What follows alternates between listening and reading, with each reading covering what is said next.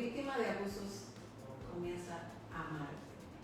Y vamos a tener aquí a Carlos Rosario, que se encuentra a mi derecha, su servidora Mirta Cabrera, Juan Luis Rodríguez en los controles y Sofía General en las cámaras. Así que sean todos muy bienvenidos a En el Vivimos. Víctima de abusos comienza a amar. Y Carlos Rosario. ¿Quién es Carlos Rosario? Bien, muy buenas noches. Hola para todos. Mi nombre es Carlos, como ya me comentaba. Yo soy psicólogo, egresado de la Escuela de Psicología de la Pucamayo, trabajador social. Actualmente trabajo para la red de escuelas universitarias como psicólogo, específicamente en el Centro Educativo Profesor Luciano Díaz. Tengo toda una vida llevando procesos junto a esa congregación, acompañando jóvenes, pastoral juvenil y también trabajando muy de la mano con la juventud obrera, los grupos más desfavorecidos y en el trabajo social específicamente para el Estado, con niños, niñas y adolescentes en situaciones de vulnerabilidad. Sí, conocí a Carlos, en la pastoral de San Martín, pero también somos compañeros en el diplomado que estamos tomando de la UNEC sobre gestión pastoral. Así es que muy bienvenido, Carlos, a este programa y ya, si Dios quiere, formará parte también de nuestro equipo de Bíblicos. Entonces, ¿cómo Carlos entiende, Carlos, que un niño o joven que haya sido abusado debe y tiene que querer y comenzar a transformarse? Decirse él o ella, yo necesito amarme. Mira, Mirta, verdaderamente para yo decir que yo necesito amarme, no hay una receta específica, un camino común que todos debemos tomar. Cada persona es diferente y eso implica que para cada uno es un proceso totalmente diferente. Yo entiendo que un joven o un niño, inclusive un adulto que ha sido abusado, y cabe mencionar cualquier tipo de abuso, pero antes de decir yo me amo, me acepto y me quiero, debo aceptar. Yo creo que es el primer paso que se debe dar, aceptar cualquiera que sea el hecho o la situación que me ha afectado, que me ha marcado, que me ha descompensado, que me tiene ansioso o un hecho que siquiera quiero recordar. Aceptar lo que ha vivido, lo que le ha tocado vivir, con quién lo ha vivido y con quién lo está viviendo, para poder entonces empezar a mirar qué es querer y qué es amarse y luego mirarlo en sí mismo. Excelente. Entonces, pueden ser muchas las causas de esos abusos y detectarlos a temprana edad puede solucionar muchos males en la persona, en el ser humano. Puede ser porque una persona puede estar muy herida por un abuso, pero vamos a ver qué es un abuso. Y la Real Academia de la Lengua Española define como abuso la acción y efecto de abusar, entendido como hacer uso excesivo, injusto o indebido de algo o de alguien en beneficio propio o ajeno. Por tanto, alguien que de manera física o emocional sobrepasa los límites establecidos, ya sea de manera legal, ética o moral, que una persona pueda soportar, está cometiendo un abuso. Más aún, si ese acto o palabra va en detrimento de esa persona o es perjudicial para esta. Entonces, el Papa este mes de marzo tiene un video muy bonito que se llama, lo titularon, Por las víctimas de los abusos.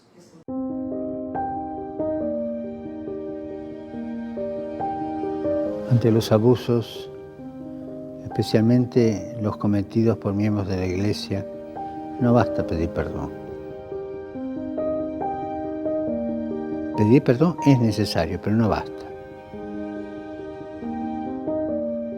Pedir perdón es bueno para las víctimas, pero son ellas las que tienen que estar en el centro de todo.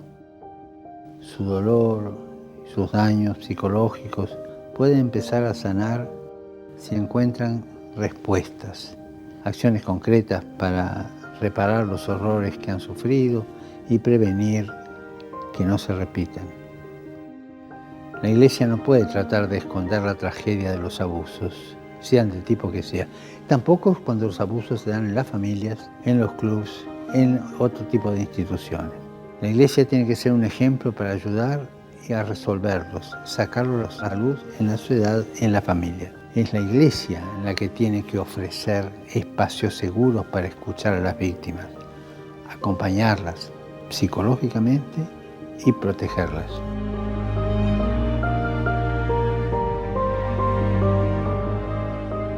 Oremos por los que sufren a causa del mal recibido por parte de los miembros de la comunidad eclesial, para que encuentren en la misma Iglesia una respuesta concreta a su dolor y a su sufrimiento.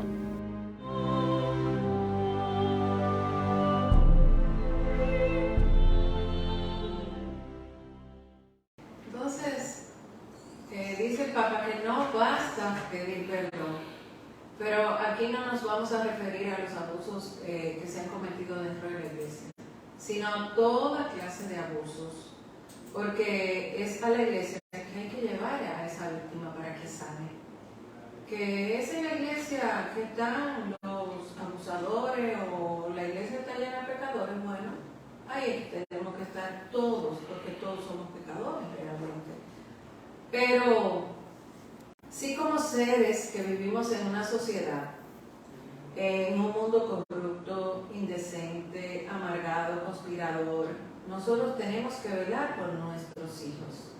Y desde que ponen un pie fuera de las casas, cuidarlos, prevenirlos, no incentivar al miedo, o sea, decirle cosas que metan miedo al muchacho, pero sí prevenir para que se cuiden ellos y también a los demás. Yo siempre pongo el ejemplo de cuando van a una fiesta, están tomándose lo que sea y se paran, van al baño y bueno, se lo dije el otro día a Sofía que tuvo que salir sola y le dije, bueno mija, lo único que te digo es que si te paras y tienes una Coca-Cola, un trago, vas al baño o te paras, cuando vuelvas a la mesa, no te bebas el trago o lo que sea, no lo toques, ya deséchalo. Y dice el Papa que el perdón es bueno para la víctima, y es cierto, y la víctima es el centro de todo, porque hay un dolor, hay un daño, claro que sí que hay un daño y lo sabemos.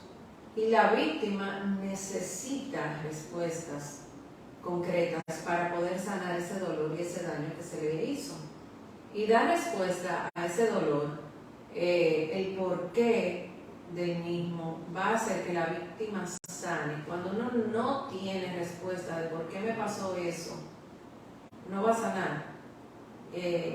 Cuando la víctima sepa, me pasó esto, porque puede ser que el abusador o la otra persona esté muy alejada de Dios y sea una persona que también necesite la compasión porque no tiene a Dios en su corazón. Bueno, pero dice el Papa que prevenir que le ocurra a otro. Eso es lo que hay que educar al que fue abusado, al niño, al joven. Estamos hablando de estos dos, niños o jóvenes. Entonces, Carlos, ¿te ha tocado escuchar a un niño que ha sido abusado? Sí, Mirta, mira, resulta curioso porque culturalmente nosotros como dominicanos tenemos una historia que nos define. Anteriormente, décadas pasadas, era muy común que en los campos, en las comunidades, existía un señor, una señora que abusaba constantemente, y no necesariamente estamos hablando de abuso sexual, sino de que se violentaran los derechos de cualquier ser humano. y era comúnmente aceptado porque era lo normal. Era un tema que no se hablaba, no se trabajaba, se sabía, pero era preferible evitar informar por lo que esto podía implicar.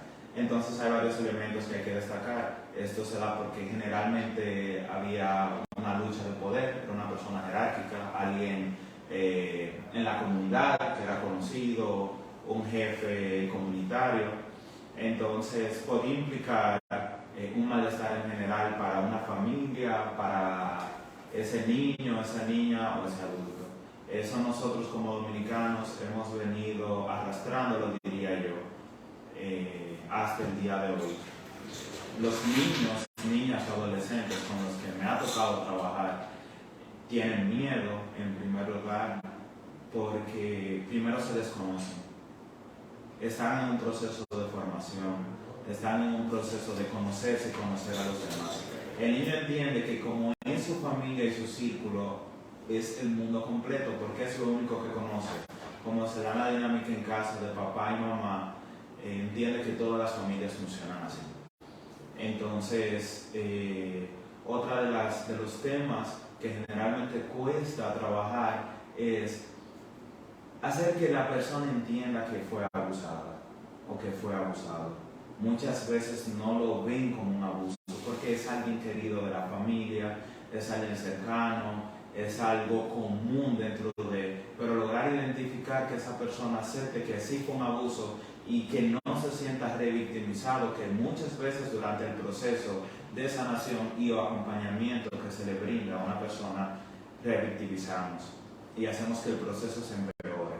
Entonces, las herramientas que yo siempre he recomendado y con las personas que me ha tocado trabajar es la formación, como tú muy bien mencionabas. Hay que informar para prevenir y la prevención no se debe empezar, o la formación a dar una vez empecemos a ver señales, empecemos a ver señales de alerta, como menciono.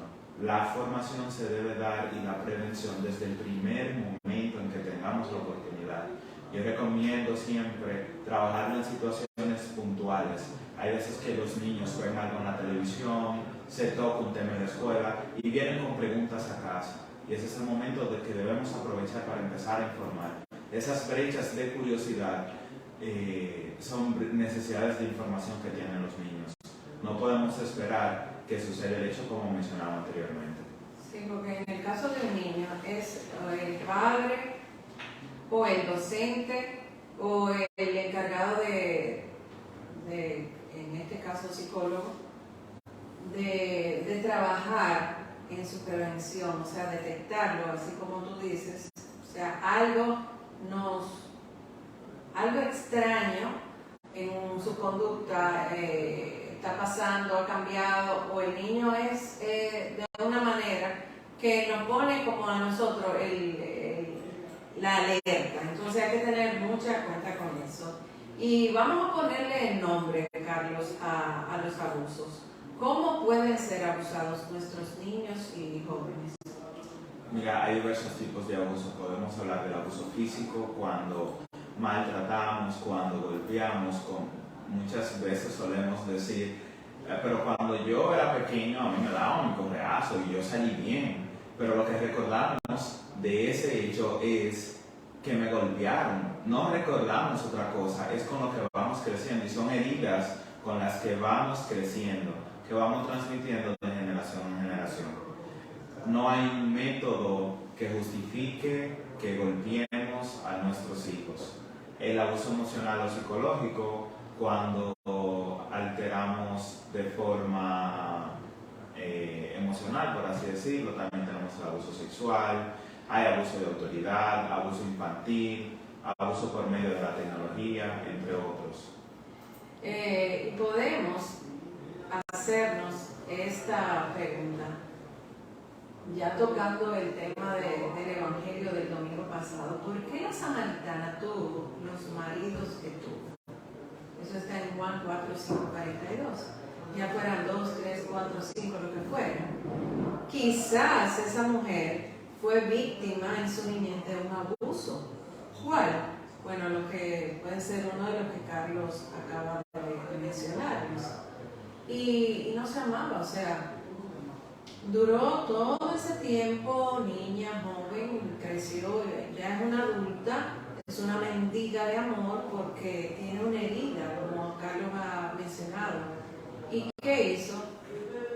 Mendigar amor, buscar el amor en ídolos, hizo de cosas materiales y de personas monumentos, vuelvo a repetir la palabra, bueno, la idolatría, y se convirtió en marionetas de esos dioses, porque lo convertimos en dioses. ¿Y cómo se sanó ella? Cuando se encontró con el manantial capaz de dar la vida plena, la vida eterna, la felicidad. La felicidad que ella tanto anhelaba, bueno, la buscaba en placeres, en ídolos, y se la dio Jesús. Y nos da ese manantial a Titirimundi. Y vivimos en el mundo, como es el programa, pero no somos este mundo, somos del reino de Dios. Entonces, vamos a ver de cuál de estos abusos puede ser víctima una persona y dejar de amarse y buscar el amor en fuentes equivocadas. Ya Carlos comenzó con el abuso físico. Vamos a detener un poquito en cada uno. Y el abuso físico puede ser de varias, o sea, nos podemos dar cuenta porque tiene ciertas características. ¿Cuáles son? Tiene que, como dije ahorita también, tiene que haber un cambio de conducta en una persona abusada, ya sea niño, un joven, también en el adulto, pero estamos tratando el abuso de estos niños. Yo, con este tema del abuso físico, y ahora que va a Sofía con un abrigo, yo tengo mucha cuenta en el colegio con los abrigos. Yo le tengo, no es que le tengo terror y, claro, está lloviendo, hace frío, es lógico que usted ponga un abrigo, pero a veces los niños se ponen abrigo para ocultar cosas en el cuerpo, y también, por ejemplo, un gordito puede también ocultar esa gordura, o también que sea muy flaco dentro poniéndose un abrigo. Vamos a ver, Carlos, que tú nos puedes abundar en este sentido. Sí, mira, efectivamente, una persona que ha sido abusada tiene un cambio de conducta. Es muy importante que todo aquel que esté a su alrededor esté atento, porque muchas veces por el miedo a hablar tratamos de seguir una vida normal, el niño trata de ocultarlo, la niña, pero hay factores. Tú te das cuenta porque cambia su higiene, su sueño, su alimentación, su red de apoyo, sus amigos. Hay pequeñas cosas que pueden ser señales de alerta de que algo está sucediendo y que se le debe prestar atención. Correcto, yo entiendo que sí. Tenemos que tener mucha cuenta con los muchachos. Tal vez usted no sea profesor o profesora, pero a su casa van amigos de sus hijos, y tal vez hayan tenido una conducta que antes era muy divertido de una manera y que de pronto sea de otra. Algo está pasando. Ahí puede ser que el niño cierta madurez, pero hay que tener mucha cuenta, porque algo nos dice, nos pone en alerta de que algo puede estar pasando. También el abuso emocional, ¿cómo identificamos esto? Para mí resulta muy interesante este tema, específicamente en el abuso emocional, porque recuerdo la pandemia. Recuerdo cómo todas las autoridades y las entidades de apoyo, específicamente a mujeres, tuvieron que reorganizarse y ponerse en alerta, sobre todo en la pandemia, porque estamos todos en casa y los abusadores, y en la mayoría de casos mujeres, siendo abusadas físicas, pero también emocional y psicológicamente, necesitaron de mucho apoyo y mucha ayuda. Cuando hablamos de abuso emocional, es no permitirme sentir, experimentar, ser, someterme, vivir bajo un constante miedo, bajo una constante situación de agonía que poco a poco va afectando mi salud física, porque lo que afecta a mi salud emocional, cuando yo, por ejemplo, reprimo emociones, no me permito sentir la tristeza, no me permito sentir la angustia, mi cuerpo poco a poco va hablando. Mirta, lo que no dice nuestra boca lo dice el cuerpo. Muchas veces no queremos expresar cómo nos sentimos, pero se nos afecta el sueño, tenemos problemas estomacales, se nos cae el cabello. Hay muchos factores de salud que van siendo modificados a raíz de una situación emocional no sana o no resuelta.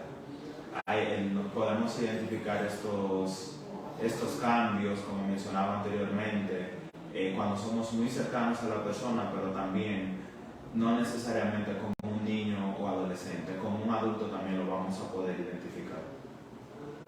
Interesante el tema y bueno, muy asertivo en estos momentos. Y déjeme decirle que no creo que él lo mencionara, pero él es candidato a sacerdote. Cuéntame un momento, de un ratito a la audiencia, tu sueño, tu vocación, este muchachón va a entrar casi en el noviciado, ¿por qué me dijiste? Así es. Sí, mira, y como les había comentado, yo estudié y trabajo con las hermanas meseras de la Caridad y siempre he sido muy cercano a las monjas. Para mí nunca ha sido una monja o un sacerdote un tema de una persona súper extraña o lejana. No ha sido una persona que ha elegido otra opción para su vida y siempre lo he normalizado. Lo que nunca pensé es que en algún momento de mi vida llegaría a sentir el deseo de vivir este estilo de vida. Recuerdo que el año pasado un compañero iba a celebrar sus votos dentro de la Compañía de Jesús aquí en Santiago, los jesuitas mejor conocidos, y fui a esa misa, Mirta, y se me removió todo. Yo llegué a la misa y empecé a llorar, y las lecturas, el coro, todo lo que estaba pasando, algo dentro de mí me decía que era el lugar donde yo pertenezco. Ay, qué lindo. El Señor verdaderamente me ha llamado, y para mí lo que más me motiva a este estilo de vida es la misión. Trabajar y luchar por los pobres, los más desfavorecidos, las minorías. Todo aquel que necesite esta paz, esta luz, esta felicidad que estamos hablando aquí justamente en el programa el día de hoy, y para vivir en Él, por Él y para Él. Excelente. Y nosotros en este módulo que pasó, número 2, hubo un tema explosivo que fue misión compartida. Y aquí estamos los dos en esa misión compartida. Pausamos en breve y en breve volvemos. Estamos en el Vivimos, su programa de todos los viernes de 8 a 9, y hoy con el invitado, o bueno, el que ya va a formar parte de este equipo, Carlos Rosario. Y tenemos la dicha de comentar y de compartir con ustedes este tema, que víctima de abusos comienza a amarte. Y Carlos, ¿cómo detectamos un abuso sexual en un niño o un joven? ¿Qué puedo yo como profesora tomar en cuenta? Mira, si tú ves tal cosa, ¿qué me puedes abundar sobre eso? Mira, cada uno de nosotros tiene etapas evolutivas, tiene todo un proceso en el que para cierta edad debe manejar o dominar ciertos comportamientos. Entonces, en el caso sexual, por ejemplo, hay niños que por ser abusados alcanzan etapas mayores a las que deberían estar viviendo acorde a su edad. La sexualidad es todo el proceso de cambios que un individuo va viviendo. Desde los 5 años se debe empezar a trabajar sexualidad, porque hay que empezar a decirle al niño o a la niña cuáles son sus partes, qué se puede tocar, qué no se puede tocar. Entonces nos damos cuenta cuando hay conductas muy sexualizadas, es una llamada de atención. Puede ser que el niño siquiera haya sido tocado por alguien, pero esté expuesto a pornografía, a ver a papá y a mamá, que también estamos violentando sus derechos. Entonces, estos pueden ser señales de alerta. Hay niños que se acercan a ti y te dicen, me duele o me pica, señalando sus genitales, señalando los genitales de otra persona, hacen dibujos extremadamente exagerados en ese sentido. O también hay una cercanía o lejanía repentina hacia una persona que muchas veces es quien ha abusado. Okay. Y es propensa una persona que ha sido abusada, o sea, un niño, un joven que ha sido abusado, que cuando sea adulto haga lo mismo. Puede ser. O sea, se conocen casos, científicamente se han estudiado situaciones en las que el individuo aprenda a repetir la conducta para poder compensar las situaciones que no ha trabajado y que no ha sanado. Es ahí la importancia de que se trabajen estas situaciones y no se queden en el olvido, porque es un niño, es una persona que crece con heridas que en un momento necesitan saciarse, necesitan trabajarse, y como no maneja herramientas, no tiene una red de apoyo, amigos, familia que le sirvan de sostén, tiende a repetir estas conductas. Muy bien, y el abuso de autoridad, ¿cómo detectarlo? ¿Cuáles características podemos ver en ese abuso de autoridad? Yo aquí Mirta te diría que son características muy parecidas a las que te iba mencionando anteriormente, porque en general te daba características del abuso, y ahí va, independientemente de si es abuso de autoridad, si es sexual, si es de trabajo infantil, hay muchas formas en las que la conducta va cambiando. Yo recuerdo el caso de un niño que me tocó trabajar, acompañarlo, y este individuo no vidente exponía en la calle las situaciones que estaba viviendo en la casa. Tocaba a individuos porque eran personas de calle, que vivían en calle, tocaba individuos, cualquier persona que le pasara, simplemente haciendo un niño, y luego exponía eso que yo vivo en mi casa, y lo entendía como lo normal, lo común, porque va configurando y su cerebro lo va instalando, va como si fuera una memoria, entrando información, y lo vuelve común, lo normaliza. Ahora que tú mencionas así en la casa y eso, hay niños que a veces son muy, ¿cómo te digo?, malcriados, en el aula, en el colegio, indisciplinados, de esos que sacan de quicio a cualquier profesor. Y a mí me ha tocado, y cuando a ti te tocan más de 2, 3 en una aula, ya ustedes saben en qué se convierte eso. Pero yo tenía, ahora que tú mencionas la casa, el hogar, una táctica. Yo decía, oye, yo le decía, qué pena me da, porque así mismo, como tú te estás comportando aquí, eso deja mucho decir que así mismo tú te comportas en tu casa, y papá y mamá para ti no son nada. Oye, me decirle eso era como yo desnudarlo, y hacían así, por lo menos conmigo. Seguían, pero bajaban. Claro, Rita, porque Bajaban. muchas veces los comportamientos dentro del aula son una respuesta. Todos los comportamientos tienen una razón de ser. Y esos niños que no se dejan guiar, que no respetan la autoridad, que no logran concentrarse o seguir patrones, es porque tienen situaciones en casa. Cuando tú le mencionas papá y mamá, tú lo desnudas totalmente como tú mencionas. Así mismo es. Y uno de estos que yo recuerdo mucho, ay Dios mío, porque son que no hacen nada, que le dan a este, que le dan a aquel, que el trabajo no lo hacen, que la clase no se la aprenden, que no copian, que bueno, un desastre.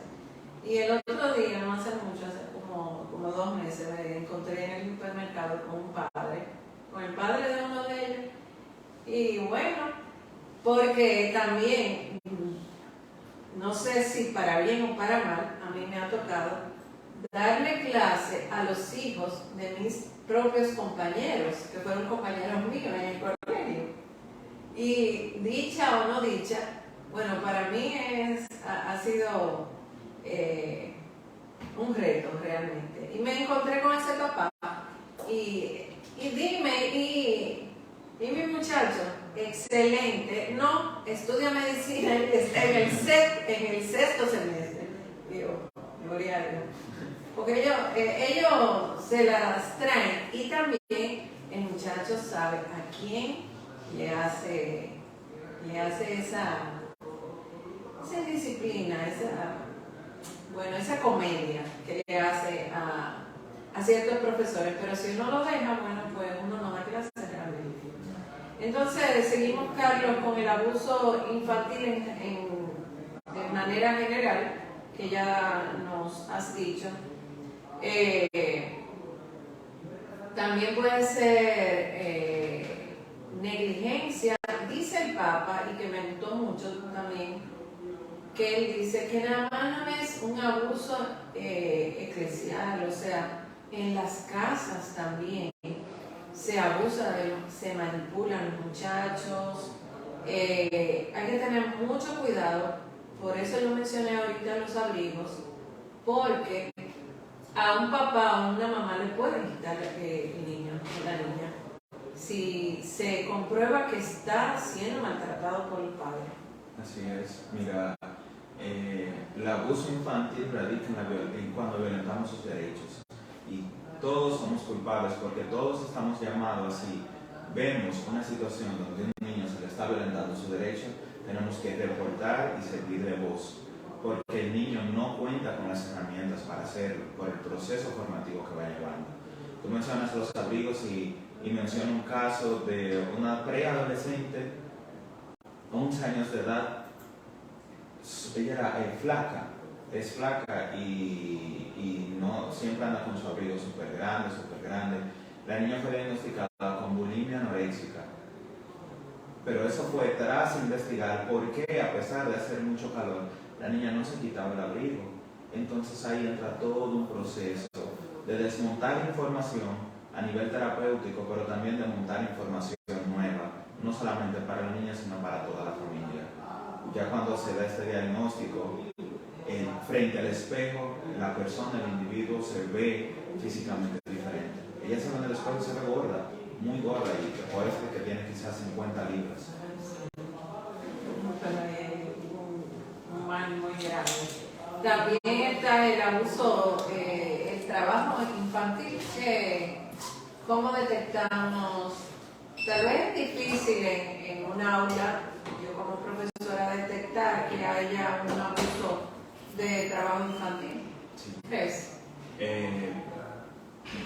Yo te diría que depende, los niños lo cuentan todo, sobre todo a las personas que son sus maestros, que son sus cercanos. Y como el trabajo infantil hay un tema, legalmente un niño, un menor de edad no debería trabajar. Entonces ahí nos podemos hacer la pregunta, pero ¿y los niños que están en el cine, por ejemplo, tienen autorización de sus padres? ¿Están haciendo un acto ilegal o legal? Porque están trabajando y reciben una remuneración que sus padres son quienes la reciben por ser menores de edad. Entonces, uno se da cuenta, porque muchas veces los niños trabajan por la situación socioeconómica que viven sus familias. Y lamentablemente en muchos países de Latinoamérica, puedo mencionar algunos que he visitado, Guatemala, Colombia, Perú y hasta República Dominicana, nos encontramos con familias en situaciones de mucha pobreza. Es un abuso que el menor de edad trabaje, violenta sus derechos, pero también muchas veces una familia necesita que todos trabajen, lamentablemente, para que puedan comer y subsistir. Lo que en esas situaciones yo les recomiendo es que no se deben de garantizar sus otros derechos, que no deje de ir a la escuela, que no deje de jugar, que es un derecho, que no deje de poder ser un niño y asuma la vida de adulto. Claro, ser niño, porque eso después le va a hacer falta. Lo que no se vive, eso es lo más feo, cuando usted no quema etapas. Que después, por ejemplo, en la adultez, usted quiera parecerse a un niño, o sea, haciendo cosas, o también lo podemos ver en la ropa, cómo viste una persona de cierta edad, que usted dice, pero parece un niño, ok, puede ser que sea normal, pero hay personas que llaman demasiado la atención y la pregunta es, él parece o ella parece que no quemó esa etapa, porque hay ropa, por ejemplo una minifalda, que una mujer de tantos años se pone una minifalda como que no va, o sea, 2 dedos de frente uno debe de tener para saber que hay ciertas cosas que ya no van con la edad, entonces por eso digo, son etapas que no se quemaron cuando niño, y entonces tú ves eso como que hay que tener mucho también cuidado y dejar que el niño juegue, haga lo de un niño. O sea, a veces queremos que el niño haga cosas de adulto, pero es lo que más su etapa. Entonces, eso es muy importante. Vamos a una pausa y en breve retornamos. Y estamos aquí de nuevo en Vivimos, su programa de todos los viernes de 8 a 9, y hoy con Carlos Rosario hablando del abuso y de cómo sanarnos a través de cómo transformarnos, a través de amarnos nosotros mismos. Y Carlos, ¿cómo supera entonces un niño o un joven esto? ¿Hay forma de que viva una vida feliz un niño que ha sido abusado? Bien, respondiendo a tu última pregunta, te diría que sí. Hay muchísimas personas que vemos en el diario vivir que han sido víctimas de un tipo de abuso. Mencionábamos anteriormente que la iglesia debe acompañar y acoger. Y yo creo que para nosotros, los de fe católica, tenemos una ventaja ante estas situaciones. Y es que confiamos en un Dios que nos acompaña, nos apoya, pero también nos brinda herramientas. Puede vivir una vida feliz si agota su proceso. Todos necesitamos un proceso de sanación, de reconocer nuestra infancia, nuestra herida, cómo fuimos educados. Entonces, en este caso puntualmente, una persona que ha sufrido de algún abuso, mencionaba anteriormente que hay que aceptarse, pero antes de aceptar tenemos que pedir ayuda. Vamos a un psicólogo de nuestra escuela, vamos donde alguien de confianza, vamos a escribir una carta, vamos a identificar una persona que sabemos que puede ser la voz de alerta, pero que también de protección. Y no está mal pedir ayuda, no está mal necesitar ayuda. Todos necesitamos de todos. Y sí, hay situaciones que son más dolorosas que otras, pero no significa que no necesiten ser sanadas. Claramente puede ser feliz y puede tener una vida plena, pero necesita ser trabajado, necesita ser escuchado. La iglesia tiene muchísimos acompañantes psicológicos, emocionales y de fe que apoyan estos procesos y nos brindan una mano ayuda para poder sanar estas situaciones.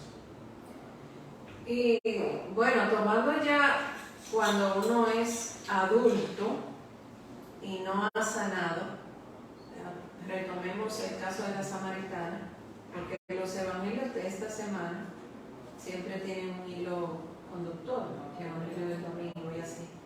Y nos fueron llevando la samaritana convertida en víctima, en mendiga de amor, y al encontrarse con el amor de su vida, o sea, con Jesús, deja de buscar ese amor en fuentes equivocadas, porque encontró el amor, o sea, y ese amor de Jesús todo lo sana, todo lo supera, nos da paz al alma, y esa falta de amor le provocó ser una víctima. Entonces, cuando no sanamos, cuando hemos sido abusados o cuando tenemos la herida que sea, ya entiéndase cualquier herida, no simplemente,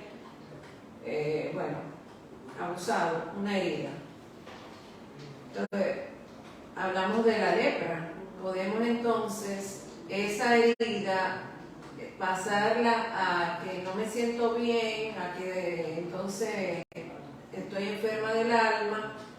Eso me produce las lepras de Naamán, el odio, el rencor, la idolatría por algo, por alguien, vivir de la mentira, de la vanidad, orgullo, vanagloria. Bueno, y para sanar el Señor nos da ese amor, esa misericordia que tenemos, ese perdón, la paz de estar como en la presencia del Señor. Eso nos regala el Señor, esa paz, esa tranquilidad. Y nosotros, al no ser capaz de perdonar a ese que abusó de mí, a esa persona que me hizo este mal, que fue quizás a los pies del Señor también a buscar perdón, pero o tal vez no ha tenido un encuentro con el Señor y yo me porto de la misma manera a no ofrecerle mi perdón. Entonces, como dicen, no puedo decir que amo a Dios, a quien no veo, y a mi hermano que veo, que sí veo, lo odio.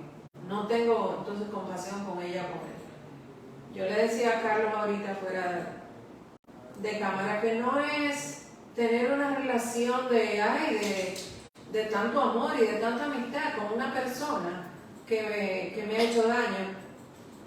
O sea, mantenerla así a distancia puede ser, pero también entender que esa es una persona que Jesús vive en esa persona, o sea, verlo, tener compasión, es decir, actúa así porque no tiene a Dios. Entonces, en el Evangelio de hoy nos da la respuesta a la sanación que nosotros queremos, que andamos buscando. Y no podemos luchar contra el mal con otro mal, eso es ilógico. Por el contrario, escuchar a Dios. Nos han venido también los evangelios diciendo, escucha Israel a Dios, o sea, escucha nosotros, el pueblo de hoy, yo, Mirta, escuchar a Dios. Y es darnos cuenta que si Dios no entra en mi corazón, ese amor del Padre y del Hijo no nos sanaremos nunca. Entonces, es ese amor, es esa compasión de yo ver a los que hacen daño y estar consciente de que si Dios habita en ese corazón, no actuará de esa manera. Porque el corazón donde Dios habita no está dividido, como han sido los evangelios, o sea, no, donde Dios habita en ese corazón no puede haber maldad, no puede ser que usted un día, bueno, como humanos que somos, reaccione de una manera, pero usted recapacita en la noche, yo actué con Carlos de esta manera, y mañana hasta llamar, oye Carlos, discúlpame, no, actué de una manera que no debí y así. Entonces, hemos llegado al final de este programa y nada, tomar en cuenta todo lo que hemos compartido con ustedes, el abuso, ser víctima. Y también es muy importante darnos cuenta si nosotros en nuestro pasado fuimos víctimas y hoy día estamos. Por eso puedo yo darme cuenta, pero por eso es que yo actúo así, por eso es esto. Entonces, tomar medidas e ir a la fuente de vida que es Jesús. Acérquese a la iglesia, que ahí, como dice el Papa, es que usted va a encontrar la sanación. Dime, Carlos, ¿cómo te has sentido? ¿Qué tal? Bueno, para mí ha sido un placer verdaderamente estar aquí, compartir contigo, Mirta, en este programa y darles estas pequeñas informaciones que hemos compartido durante esta noche. Recordar que como la samaritana, esta mujer que tenía muchísimos novios, Jesús va y le dice que tire la primera piedra y que se libre de pecados. Toda conducta tiene una razón de ser. El abusado, tanto como el abusador, tiene una historia. Vamos a trabajarnos, a cuidarnos y encontrar la compasión en el Señor. Y de ahí se convirtió ella en adoradora y salió a pregonar, vengan que he encontrado el amor de mi vida. Y se sanó. Así es que contagiar a otros, ser bendición para los demás, es lo que este equipo les desea. Para mí ha sido un placer, un abrazo espiritual desde aquí, que tengan una excelente noche, un fin de semana feliz y nos vemos el próximo viernes si Dios lo permite. Hasta la próxima, bye.